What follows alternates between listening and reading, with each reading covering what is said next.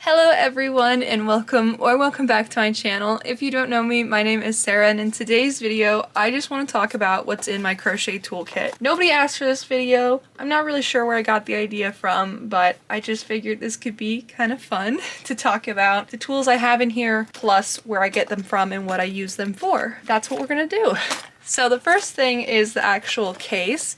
I got this case from Michael's in their art section. I assume it's a pencil holder. I personally wanted something that I could just zip open and have everything right there, so you don't have to dig through like a pouch. I used to have a pouch. I don't like the pouch as much. But the first thing in here are scissors, and obviously I'm going to be using the scissors on cutting yarn, whatever else I need scissors for. Just a basic pair. I actually got these on clearance, so check your clearance aisle for nice scissors. You don't have to pay full price. Scissors are expensive, especially nice ones. I also have in here this little pink thing right here. This is my safety eye tool. I actually don't really use this one, but this is my emergency tool. So let's say I go out somewhere, I have my sinker eyes, I can't put them in by hand, and I forget my bigger tool. I normally use this tool from Sweet Beans Crochet, and it's a lot thicker than this one, so it's a lot easier to use, but this doesn't fit in my container very easily, so if I happen to forget this one for any reason, I have my backup, which is this little guy right here. It's kind of hard to use, but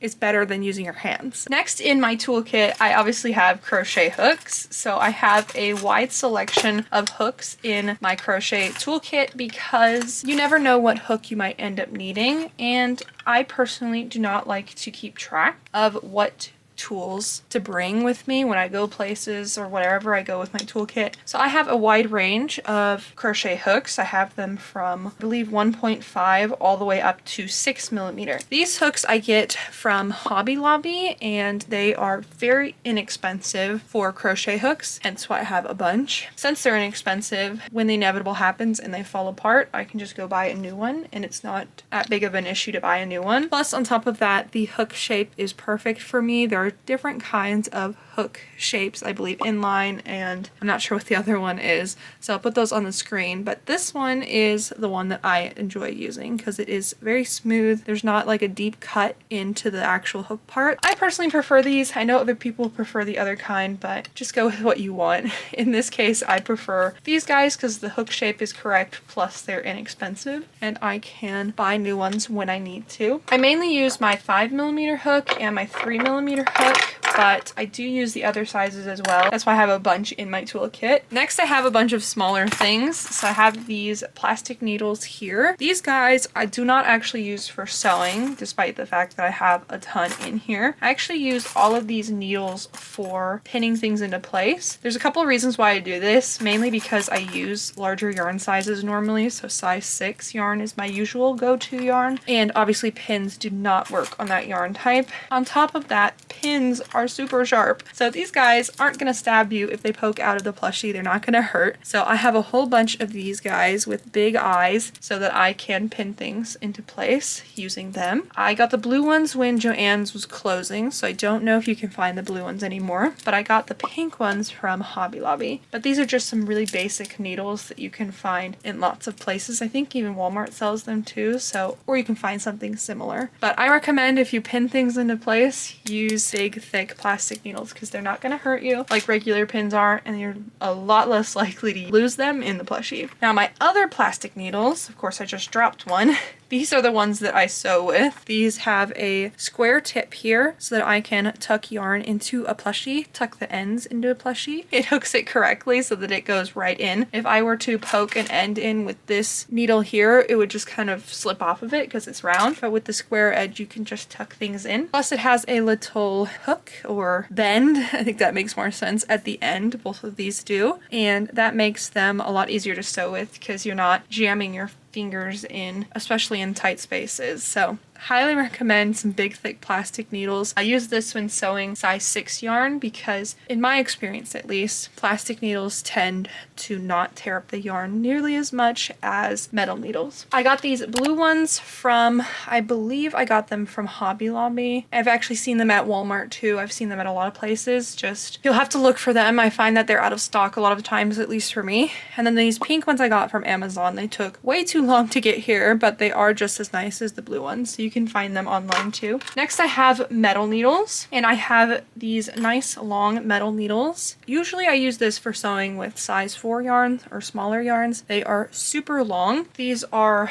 I believe, 6-inch weaving needles or 5-inch weaving needles, something like that. I bought some more recently from Michael's. That's where I get them, but they were out of stock for a long time too. This one I got from Hobby Lobby, which is why it is bent. This material is a little bit softer than the Susan Bates. I believe that's the brand name. These guys right here. These guys will not bend, but this one, I believe this was Artist something for the brand name, but they do have a bigger eye than the Susan Bates one. So, you know, just take your pick. I have these both for different occasions. I mainly used the sturdier one for moving stuffing around after you stuff a plushie, and so it evens the surface out. Hopefully that makes sense. But I did get more of these, so I'm gonna put more in my kit because I accidentally lose them.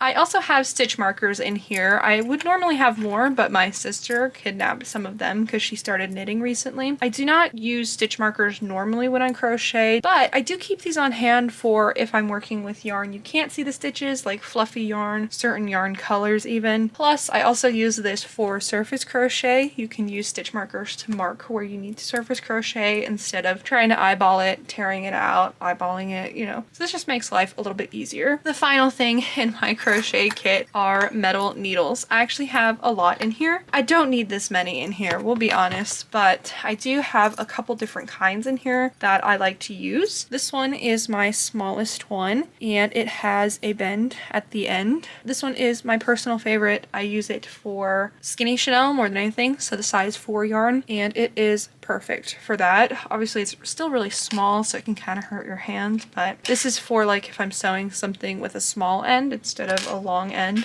like I would use the longer needles for that. I also have a couple needles that are bent. They were bent accidentally. This one right here, I ran it over with my desk chair on accident, but it made the perfect needle because it is so much easier to sew with a needle that is rounded than a needle that is straight for most plushie related things. I also have another needle I accidentally ran over where the eye of the needle is bent, so this works really well as well because I don't hurt my hands as much working with things with the bend in them. I also have these two needles which are the same.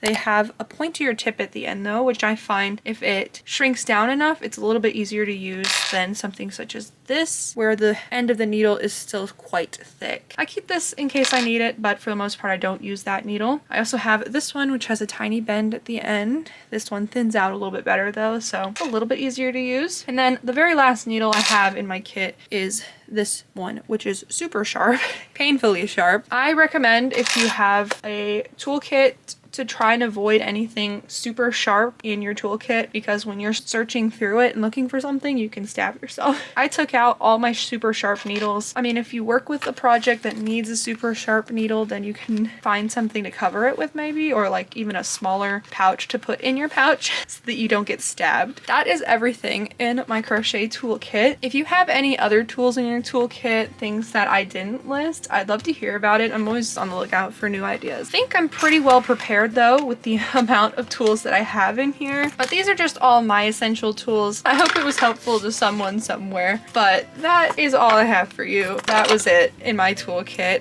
But I hope you enjoyed me rambling about crochet tools. I hope that this was interesting in some way. Thank you for watching to the end. And if you haven't checked out my coffee shop already where I sell crochet patterns, this is one of them. This axolotl right here. I have quite a few designs in my shop, but if you want to purchase patterns, make sure to use my discount code. It's a thank you for all of you who watched the end of my videos, and you get 10% off your total order if you use the code single crochet in all caps at checkout. Thank you so much for being here. Thank you for listening to me talk a whole lot, and I will see you in my next video, which will be a market vlog, and we will be discussing axolotls and more in that video. So I hope you all are excited. I will see you hopefully then. Bye!